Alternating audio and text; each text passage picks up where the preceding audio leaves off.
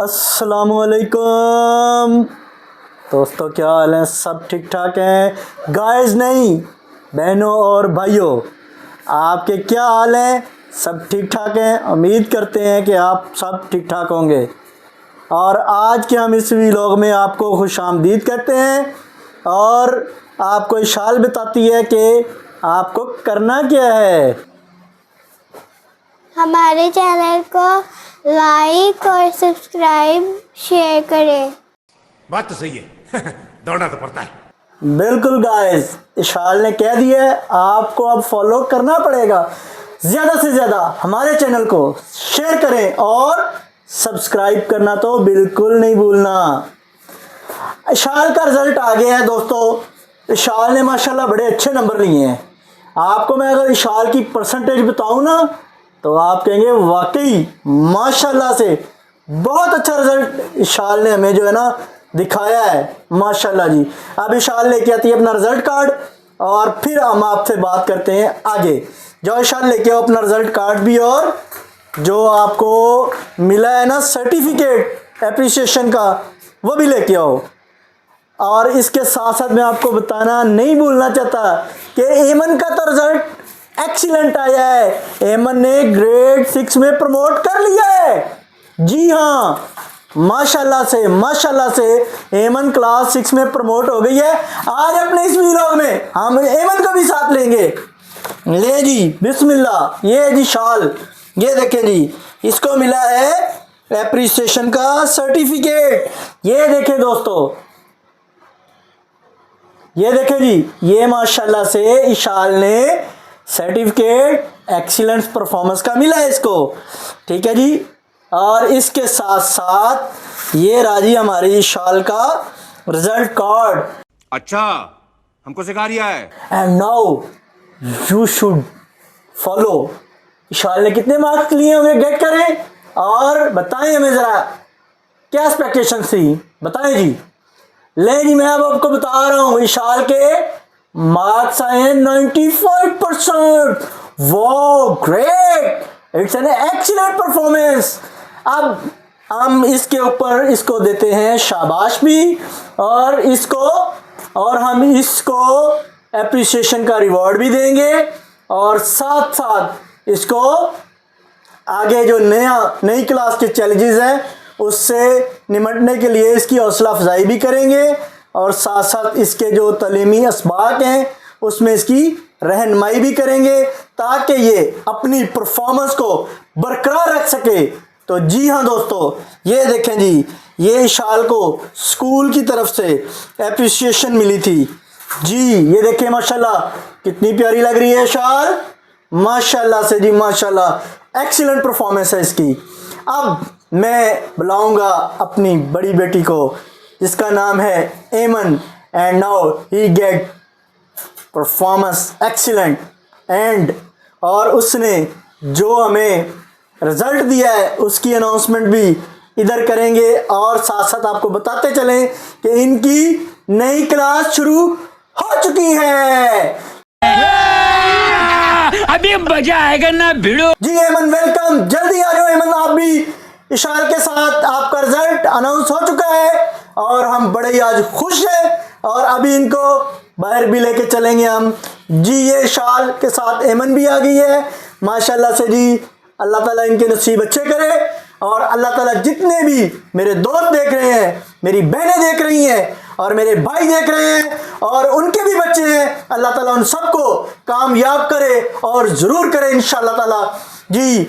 इशाल के साथ साथ एमन का रिजल्ट भी आया है और एमन की परफॉर्मेंस रही है 85%। माशाल्लाह से एमन ने तो एक्सीलेंट कर दिया और ये ग्रेड 6 में प्रमोट हो चुके हैं दोनों बच्चे माशाल्लाह से। अब मैं एमन को कहूँगा कि अपना रिजल्ट कार्ड लेके आए जी। एमन का रिजल्ट कार्ड माशाल्लाह से आ गया है। इसको भी परफॉर्मेंस पे अवार्ड मिला है, लेकिन इसको क्या मिला था वो मैं आपको बताता हूँ, ज़रा रुकें, इधर ही ठहरें। अरे कहना क्या चाहते हो? और इसके साथ एमन के रिजल्ट कार्ड के साथ इसको मिला है जी माशाल्लाह से, ये देखें जी, आर्टोपिया का परफॉर्मेंस अवार्ड भी पहले मिला था। ये इसका कंपटीशन हुआ था काफ़ी देर पहले, तो मैंने सोचा कि चलें इसकी अप्रिसिएशन के लिए अभी इसके रिज़ल्ट कार्ड के साथ आपको ये भी दिखा दें। और ये मेरी बेटी ने आर्टोपिया में 12th पोजीशन थी आपकी तब आर्टोपिया में, और ये इसको 7th पोजीशन थी इसकी आर्टोपिया का जब कंपटीशन हुआ था तब, और ये इसको मेडल मिला था। और अल्लाह का शुक्र अदा करते हैं हम कि एमन और इशाल का रिज़ल्ट बहुत अच्छा आया है। ये देखें जी, माशाल्लाह से, माशाल्लाह माशाल्लाह जी, देखें जी माशाल्लाह। ठीक है, माशाल्लाह से ये हमारी फैमिली है, ये बड़ी बेटी है, ये छोटी बेटी है, और इनके रिज़ल्ट आ चुके हैं और माशाल्लाह से इन्होंने अच्छी परफॉर्मेंस दी है। अब मेरा भी हक बनता है, मेरा फ़र्ज़ भी बनता है कि इनको कोई अच्छी सी या तो गिफ्टिंग करूं या फिर इनको अच्छे से और बेस्ट तरीके से इनको कहीं ना कहीं डिनर करवाया जाए। क्या ख्याल है दोस्तों, आप इस बारे में हमें राय दें, चल झूठा। कमेंट्स में बताएं कि क्या होना चाहिए था। और इसके साथ साथ मैं एक चीज़ और भी बताऊंगा आपको कि हमारी इशाल का एम्बिशंस जो है वो बहुत बड़ा है, ख्वाब बड़ा है इसका, और ये इंशाल्लाह ताला ये इस ख्वाब को पूरा भी करेगी। बात तो सही है दौड़ना तो जी, तो हम बच्चों को लेके चलते हैं अभी पार्क में और वहाँ पे जाके गपशप करते हैं। और एमन भी बड़ी एक्साइटेड है और इशाल भी, तो हम जा रहे हैं जिस वक्त पार्क में और वहाँ पे जाके आपसे मज़ीद गपशप करते हैं। चलते हैं जी। नहीं जी, हम आ गए इस वक्त पार्क में, बच्चों को मैं ले आया हूँ पार्क। मैंने कहा इनको खाना शाना तो बाद में खिलाएंगे, तो पहले थोड़ा सा ना हम पार्क में इनको लेके आऊँ, चलें थोड़ी सी इनकी तफरी हो जाए, तो उसके बाद हम जाएंगे जी रेस्टोरेंट पे खाना शाना खाने के लिए। लेकिन वो आज नहीं, क्योंकि आज काफ़ी लेट हो गए, हम फिर किसी दिन चलेंगे। मैंने इनसे प्रॉमिस कर लिया। ठीक है बेटा, बोलो ठीक है। ठीक आप बताओ तो किस दिन जाना है और क्या खाना है, किस रेस्टोरेंट में जाएंगे? सैटरडे को। ले जी, मेरा प्रॉमिस हो गया इनसे कि हम सैटरडे को जाएंगे और वहाँ पे जिस रेस्टोरेंट में कहेंगे वहाँ पे हम डिनर करेंगे। ठीक है, अभी हम इस पार्क में आए हैं तो इधर हम दिखाते हैं आपको।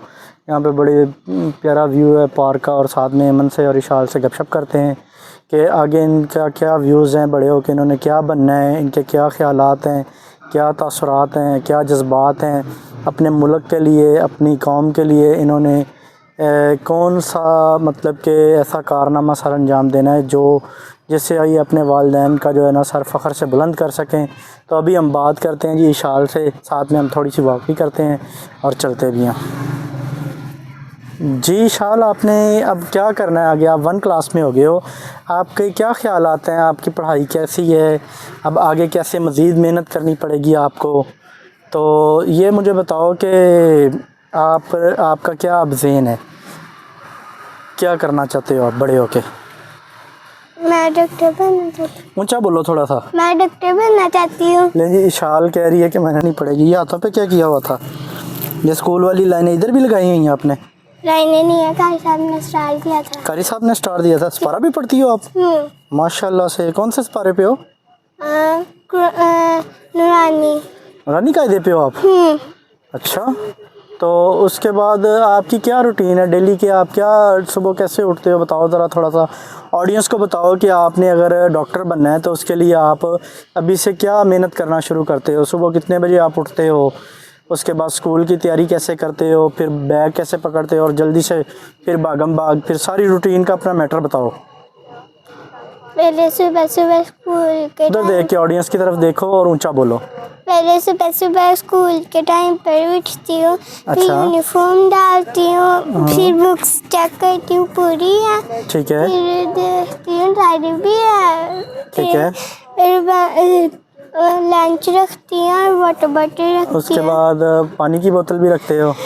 और कितने बजे आप जो है ना वो स्कूल की इससे छुट्टी होती, कितने बजे आपको स्कूल से छुट्टी होती है? 1 बजे। 1 बजे स्कूल से छुट्टी होती है। और फिर जो आप जो डायरी लिखते हो वो टीचर लिखवाती हैं कि आप खुद लिखते हो? टीचर बोर्ड पर लिखती हैं। अच्छा, टीचर बोर्ड पे लिखती हैं। अच्छा, और उसके बाद स्कूल से आने के बाद आपकी क्या एक्टिविटीज़ होती हैं? बालवीर देखना होता है आपने? पहले टीवी देखते हैं, फिर खाना खाते हैं। अच्छा, आते पहले टीवी देखना है? टीवी लाजमी है, खाना नहीं लाजमी? हाँ, क्या कहते हो? फिर उसके बाद? फिर ट्यूशन जाते हैं। अच्छा, उसके बाद आप ट्यूशन पे जाते हो? जी। ठीक है। और क्या एक्टिविटीज़ हैं फिर ट्यूशन के बाद आने के बाद? ट्यूशन के बाद फिर आकर रात हो जाती है। उसके बाद रात हो जाती है, फिर हम सो जाते हैं। फिर आप सो जाते हो। अच्छा, तो ये थी जी शाल की एक्टिविटीज़। ये सुबह अर्ली मॉर्निंग उठते हैं, सुबह सुबह पहले इनको मैं कहता होता हूँ कि नमाज़ पढ़ा करें। ठीक है, कोशिश करती है। शाल जो अभी छोटी है लेकिन फिर भी दुरूद पाक इसको आता है, नमाज़ पढ़ती है। ठीक है, साथ में अभी मुकम्मल तो नमाज का तरीका नहीं इसको पता, मसल्ला बिछा के तो फिर आहिस्ता आहिस्ता जो है ना वो नमाज की तरफ जो है ना इसका ज़हन जाता है। तो ताकि ये अपना नमाज जो है अल्लाह ताला के पाक नाम से और अल्लाह ताला की पाक कलाम से करती है। तो उसके बाद ये 7 बजे रेडी होना शुरू हो जाती हैं। ठीक है, और इसके बाद 7 बजे मैं इनको स्कूल में 7:30 बजे छोड़ के आता हूँ। उसके बाद ये फिर स्कूल में अपना टाइम स्पेंड करती हैं। इसको छुट्टी होती है 1 बजे और जो बड़ी बेटी है एमन उसको छुट्टी होती है 1:30 बजे।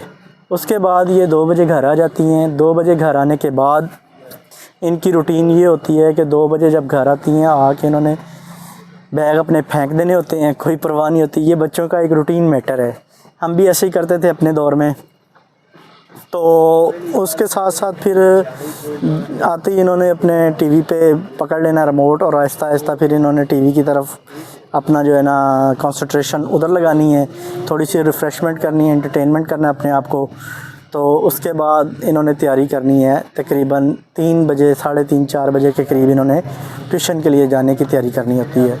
उसके बाद ये ट्यूशन जाती हैं तो शाम का इनका मैटर ये है कि शाम को ये 6 बजे आती हैं वापस, 6 साढ़े 6 बजे। और आके फिर इन्होंने मगरिब का टाइम हो जाता है, मगरिब के वक़्त इन्होंने टीवी लगाना होता है थोड़ी देर के लिए। उसके मगरिब के बाद इन्होंने टीवी बंद कर देना होता है। एक आध इन्होंने अपना जो है ना वो 1 या 2 कार्टून की एपिसोड्स, और बड़ी बेटी को शौक़ है ज़्यादा CID का, तो यहाँ पे मैं उसको भी बुलाता हूँ और उसके भी रूटीन मैटर आपसे शेयर करता हूँ। तो उसके बाद थोड़ा सा मैं आपको अपना भी बताऊँगा कि मेरी क्या डेली की रूटीन्स हैं। और अब हम लेते हैं एमन को से, अब उसकी एक्टिविटीज़ के बारे में पूछते हैं कि उसकी क्या एक्टिविटीज़ हैं, सारा दिन में इसने क्या करना होता है, सुबह से लेके शाम तक इसके क्या रूटीन के मैटर हैं, क्या एक्टिविटीज़ हैं। अब आप एमन से पूछते हैं, एमन आपकी क्या सुबह क्या स्केड्यूल होता है आपका, जो जब आप सुबह उठते हो उसके बाद सारा दिन की क्या एक्टिविटीज़ हैं, ज़रा ऑडियंस को बताओ। हम तो रात को सबसे पहले सो जाते हैं जल्दी, तो ठीक फिर है। हम सुबह उठते हैं 7:30 उठ जाते हैं, 6 बजे उठ के अपना यूनिफॉर्म पहनते हैं, फिर रेडी हो जाते हैं। फिर 7:30 बजे पापा हमें स्कूल छोड़ के आते हैं। उसके बाद फिर हम स्कूल चले जाते हैं, स्कूल में काम करके आने के बाद फिर हम आते हैं घर पे आके हम खाना खाते हैं, फिर सो जाते हैं। फिर थोड़ा सा मोबाइल देख के फिर ट्यूशन चले जाते हैं। ट्यूशन से आते हैं तो कारी साहब आ जाते हैं, कारी साहब आते हैं तो फिर थोड़ी देर हम चाचू के साथ खेलते हैं। चाचू के साथ खेलने के बाद फिर हम सो जाते हैं। लेकिन ये थी इशाल की और एमन की डेली की रूटीन एक्टिविटीज़। इनके रिज़ल्ट भी आ गए हैं, मैंने अनाउंस भी कर दिया है। हमने कोई भी चीज़ आपसे छुपाई नहीं, क्योंकि हम आपको अपनी ऑडियंस को अपनी फैमिली का एक हिस्सा समझते हैं। और ये जो ऑडियंस है ये एमन इशाल फैमिली है, और हम इनसे रिक्वेस्ट भी करते हैं कि हमारे इस चैनल को ज़्यादा से ज़्यादा शेयर भी करें, कमेंट्स करें, और साथ में सब्सक्राइब करना तो बिल्कुल भी ना भूलिएगा मेरे दोस्तों। और आपकी इस सपोर्ट ने आगे जाके हमें जो है ना वो पजीराई देनी है, ठीक है। तो मैं इंग्लिश का इस्तेमाल अपने इस व्लॉग में कम कर रहा हूँ, और क्योंकि सारे जितने भी मैंने व्लॉगर देखे हैं मोस्टली लोग जो ना वो इंग्लिश का यूज़ करते हैं, गाइस और इस तरह के छोटे छोटे लफ्ज़ जो है ना। तो मैं चाहता हूँ कि क्यों ना मेरी कौमी ज़बान जो है ना वो उर्दू है, तो मैं अपनी कौमी ज़बान उर्दू को ही फ़रोग़ दूँ। और इसके साथ साथ हमारी मादरी ज़बान जो पंजाबी है, ऐसी फिर पंजाबी नूं ही फ़रोग़ देने नाल ते मादरी ज़ुबान दे विच ज़्यादा मज़ा आंदा वीलॉग बनाने दा। ते पंजाबी नूं ते असां बिल्कुल नहीं भुलदे, क्योंकि पंजाबी साडी माँ बोली ज़बान है। तो मेरी रूटीन का मैटर, मैं अब आपको अपनी रूटीन थोड़ी सी शेयर करता हूँ कि मैंने सुबह फजर के वक़्त उठ जाना है अल्हम्दुलिल्लाह अल्लाह ताला की तौफ़ीक से। तो उसके बाद नमाज़ फ़जर अदा करनी है, नमाज़ फ़जर के बाद ज़िक्र अज़कार होता है मेरा। तो ज़िक्र भी करता हूँ। अल्लाह का शुक्र है कि अल्लाह ने ये तौफीक बख्शी है।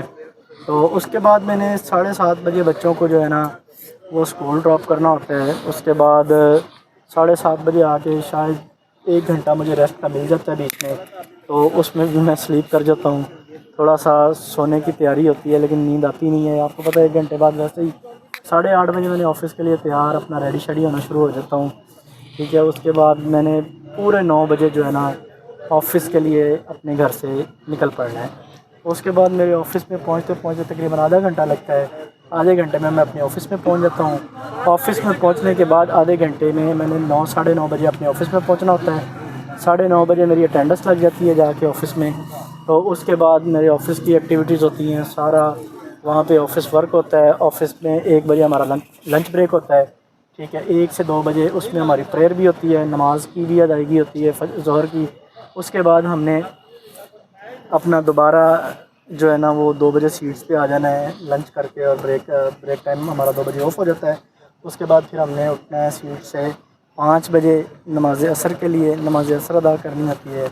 और हमारा ऑफ़िस जो है 5:30-6 बजे हम ऑफ़ कर देते हैं, वहाँ से हम निकल आते हैं। और इसके बाद मैंने घर आ जाना होता चल झूठा। है।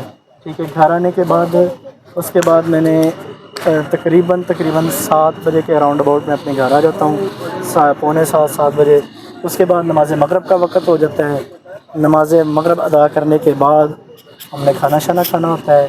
खाना खाने के बाद फिर आपको पता है 8 सवा 8 बजे के करीब जो है नमाज इशा का वक्त हो जाता है, नमाज अदा करनी होती है। और फिर वापस अपने इस वीलॉग को बनाने में हमने कभी किसी तरफ रुख करना होता है और कभी किसी तरफ रुख करना होता है। उसके बाद दोस्तों हम आपके लिए फिर थोड़ी सी इंटरटेनिंग वीडियोस बनाते हैं। ठीक है, जितना भी टाइम मिलता है मुख्तसर सा उसमें हमने ये एफ़र्ट करनी होती है कि अपनी ऑडियंस के साथ गपशप करें और अपनी ऑडियंस को थोड़ा सा फ़ेस टू फेस भी बात करें। हमारे जो फैंस हैं वो लाइव भी आते हैं, बाज़ का हम लाइव भी बैठते हैं। तो इस तरह से ये मेरा रूटीन मैटर है। 11 बजे 11:30 12 बजे तक मैंने अपनी एडिटिंग मुकम्मल करनी होती है। एडिटिंग मुकम्मल करने के बाद मैंने अपना जो वीलॉग है उसको अपलोड कर देना होता है अगली जो नेक्स्ट डे होता है उसके लिए। ठीक है, तो ये हमारा डेली का काम है, उसके वो रिवार्ड ज़रूर देता है।